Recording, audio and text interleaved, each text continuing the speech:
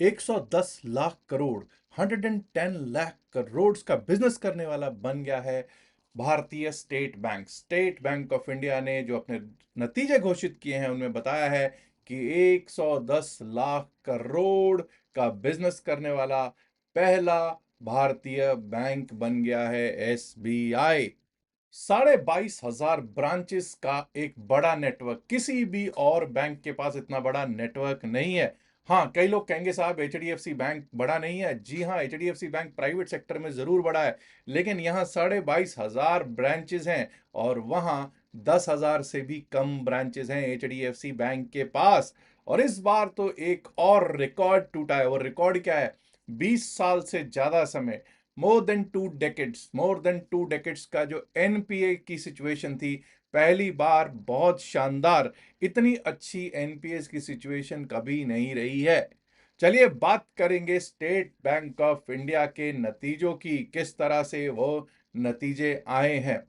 नमस्कार दोस्तों, जसी टेक में आप सबका हार्दिक स्वागत है। सीधा लेकर चलूंगा जो एक प्रेस रिलीज किया है स्टेट बैंक ऑफ इंडिया ने उस पर, और वहां से समझने की कोशिश करेंगे ये किस तरह के नतीजे आए हैं, क्या अच्छा है और कहां पर थोड़ी दिक्कत है।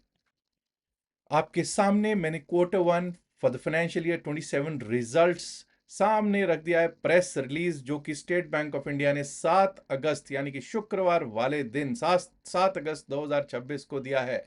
बिजनेस देखिए, business cross 110 trillion, 110 lakh crore. अभी तक किसी भी बैंक ने भारत में नहीं किया है।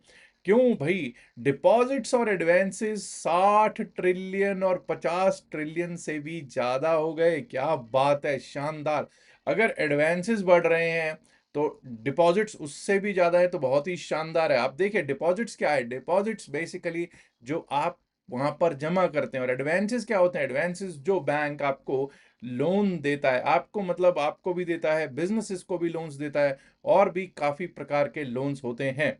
प्रॉफिटेबिलिटी ये लीजिए साहब, 21,121 करोड़ की वोपिंग वोपिंग प्रॉफिटेबिलिटी है। एनीवेज मैं एक काम करता हूं, हम लोग नीचे चलेंगे और नीचे एक बार को देखने की कोशिश करेंगे कि इसकी की समरी में क्या क्या है। की समरी जो है ना, वो काफी कुछ बताएगी, लेकिन उससे पहले एक दो और चीजें यहां पर जो है वो बता देता हूं। अगर आप देखोगे operating profit 9.77% year on year, बहुत शानदार। बैंक का आरओए एंड आरओई 1.11% एंड 17.87%। अब यहां पर एक भाई ने ना मेरे को पिछले वीडियो में, मैंने जब आरओई और आरओए की बात की थी, तो उसने कहा था सर आरओई तो समझ में आता है, रिटर्न ऑन इक्विटी, लेकिन ये आरओए क्या है? Return on assets.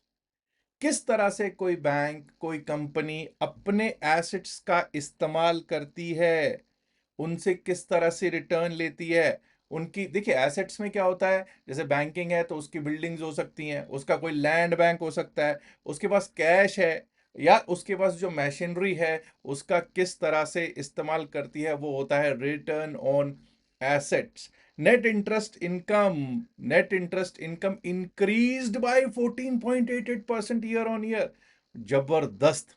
Net interest margins 7 basis point बढ़ के इंप्रूव हुए हैं। नेट इंटरेस्ट मार्जिन्स डोमेस्टिक में 3.00%, और होल बैंक एनआईएम जो है वो 2.86% पे आया है, जो कि 5 बेसिस पॉइंट्स बढ़ता हुआ दिखाई दिया है। अब जरा दोस्तों, जरा हम लोग देखेंगे कि asset quality, gross NPA ratio improvement है 36 बेसिस पॉइंट्स की, माफ कीजिए, नॉट 36 पॉइंट्स की, 36 बेसिस पॉइंट्स की year on year. Net NPA ratio improve हुआ है 9 basis points year on year, 0.38% पर आया है। अगर अब नीचे चलें, हम लोग नीचे सीधा चलते हैं की समरी पे, तो सबसे पहले देखते हैं इंटरेस्ट इनकम। बैंक का धंधा क्या होता है? ब्याज का ही तो धंधा है। ब्याज कितना आया, इंटरेस्ट इनकम कितनी है। जरा quarter 1 for the financial year 27 का देखिए, 1,27,896, this is all in crore, 1,27,896 crore, जो कि पिछले क्वार्टर में, जो हमारा पिछला क्वार्टर था, quarter 4 for the financial year 26, उससे बढ़कर आया है। 3.90। बेसिकली अगर बात करेंगे तो 1,23,000 और 1,27,000 आप देख लीजिए, 4-4,500 से भी ज्यादा फर्क है, 4,500 करोड़ से भी ज्यादा फर्क आया है हमारे पिछले इंटरेस्ट इनकम, पिछले क्वार्टर के और इस क्वार्टर के इंटरेस्ट इनकम का। यही अगर लास्ट करॉस्पॉन्डिंग क्वार्टर की बात करेंगे, Q1 for the financial year 26, तो वहां पर 1,17,830 करोड़ था दोस्तों। तो भाई इंटरेस्ट इनकम तो शानदार है, जानदार है। नेट इंटरेस्ट इनकम पे सीधा सीधा बात करते हैं। ठीक है, इंटरेस्ट पे जब होता है तो इंटरेस्ट पे एक्सपेंसेस भी आते हैं, लेकिन जब हम नेट इंटरेस्ट इनकम्स की बात करते हैं तो 46,992 crore of net interest income. Net interest income वो इनकम होती है जब सब एक्सपेंसेस वगैरह निकाल के होती है। पिछले क्वार्टर से भी ज्यादा बेहतर, और पिछले साल वाले सेम क्वार्टर से तो बहुत ज्यादा बेहतर है। लगभग लगभग अगर बात करूं तो 5,000 करोड़ से भी ज्यादा लास्ट ईयर इसी क्वार्टर के अगर कंपैरिजन करूंगा तो उससे ज्यादा बैठा हुआ दिखाई पड़ रहा है। नेट इंटरेस्ट मार्जिन्स देखिए साहब, पिछले क्वार्टर में net interest margins had dip to 2.93। इस बार क्या हुआ है?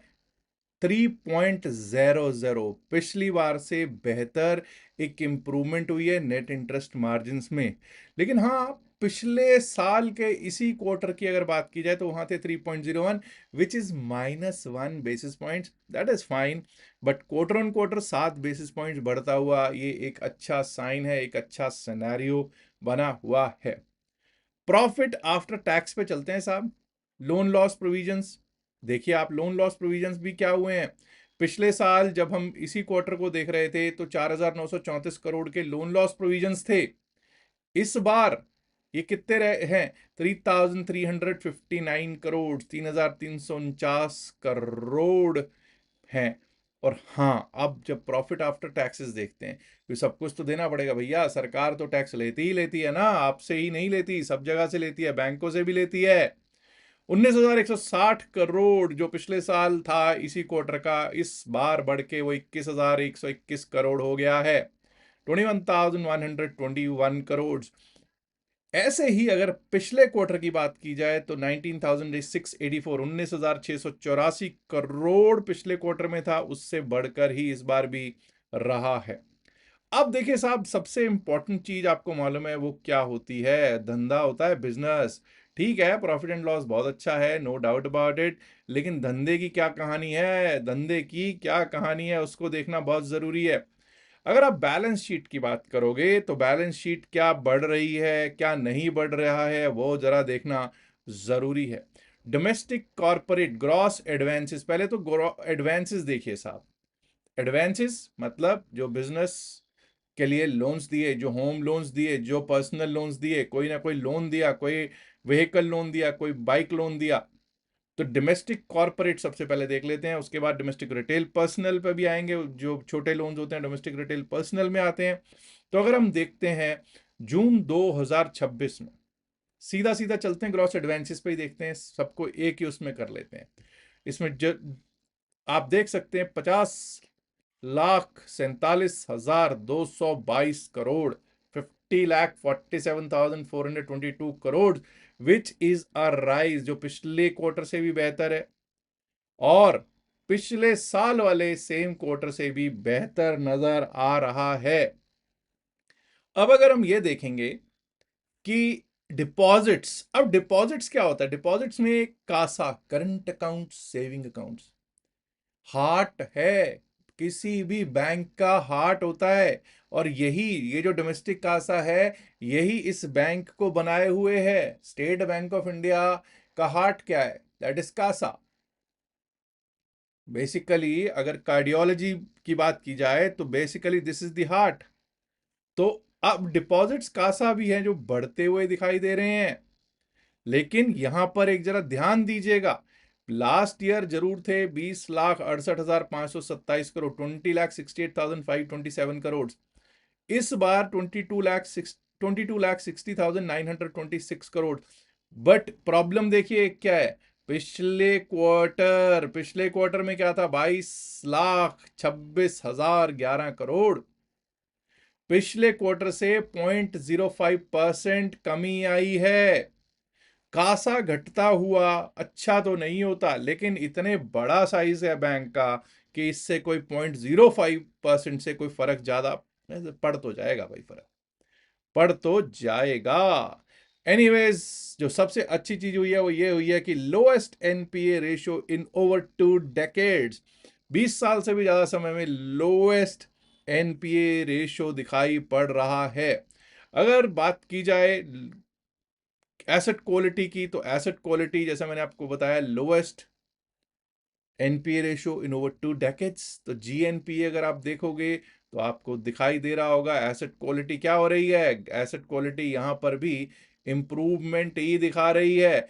एसेट क्वालिटी नेट एनपीएस में भी इंप्रूवमेंट ही दिखा रही है दोस्तों। स्लिपेज रेशो थोड़ा सा इस बार थोड़ा स्लिपेज रेशो बढ़ता हुआ नजर आ रहा है, ये थोड़ा सा खतरे की घंटी जरूर है। लेकिन पिछले साल के मुकाबले इस बार थोड़ा स्लिपेज रेशो बेहतर ही हुआ दिखाई पड़ता है दोस्तों। कैपिटल रेशोज तो मुझे लगता है कहीं कोई ऐसा इशू है ही नहीं। बैंक में, स्टेट बैंक ऑफ इंडिया में ऐसा कोई सीआरएआर में तो इशू नजर नहीं आ रहा है। और अगर कैपिटल एडिक्वेसी रेशियो की बात की जाए, सीएआर की, सीआरएआर कर लीजिए, चाहे यहां पे दे रखा है capital to risk weighted average weighted asset ratio, so वो कहता है कि 15.67%। ऑल्टरनेट चैनल ने 64% saving accounts, SB accounts open digitally through YONO. YONO इनकी ऐप है जी। 64% से ज्यादा अकाउंट तो कहते हैं कि योनो से ही खोले गए हैं। और ऑल्टरनेट चैनल्स का शेयर टोटल ट्रांजैक्शंस में इंक्रीज हुआ है approximately 98.6% in Q1 for the financial year 26 to 98.8% in Q1 financial year 27। अब भाई हो ये रहा है कि जितने खाते खोलने हैं ना, आप बैंक में जाओ तो ये कहते हैं जी खाता खोलना है, खोलो खोलो, कोई दिक्कत नहीं है। उसमें ये वहां अपनी ऐप आपके सामने रख देते हैं, ये योनो ऐप लोड करो, योनो ऐप से खोलो। अब जब योनो ऐप से करवाओगे तो फिर ऐसे दिखाई भी देगा, दिखाएंगे भी कि भाई एसबीआई का योनो ऐप जो है उससे 98.6% ट्रांजेक्शन हो रही हैं। ठीक है, लेकिन अल्टीमेटली तो देखो कोई भी बिजनेस है उसको खड़ा ह्यूमन रिसोर्सेस करती है। What is the human resource impact, वो भी देखना हमेशा हम, what is the impact on human resources, वो भी देखना जरूरी होता है। क्या नफरी है पूरी बैंक में? नफरी का मतलब है कि जो एम्प्लॉयज जितनी जरूरत है, जो ह्यूमन रिसोर्स की जरूरत है, क्या वो है? एक्सपेंसेस आप कम कर सकते हैं कि नहीं, एम्प्लॉय एक्सपेंसेस कम करने हैं, लेकिन एम्प्लॉय एक्सपेंसेस कम करना एक छोटा मेजर है, शॉर्ट टर्म मेजर है, उसको लॉन्ग टर्म मेजर के तौर पे नहीं देखा जा सकता। You will have to have permanent employees, you will have to have good number of employees. When I say good number of employees, the requisite employees should be there. ये नहीं है कि भाई 4 रिटायर हो रहे हैं उसकी जगह एक ही आ रहा है। ठीक है, अब एआई का युग आ गया है, कंप्यूटराइज्ड युग आ गया है, बट कंप्यूटर भी जब 80s में 90s में आ रहा था तब भी लोग कह रहे थे ये सबकी नौकरियां खा जाएगा, लेकिन नौकरियां खाई नहीं, उसने नौकरियां हमारे देश में तो कम से कम बढ़ाई ही हैं। तो देखते हैं इसका क्या असर होता है। वैसे तो ये मार्केट टाइम के पे ही इसका आइडिया लग गया था, तो 3% के करीब तेज चल रहा था state Bank of India, last में आई थिंक 1-1.25% के करीब तेजी में ही क्लोज हुआ है।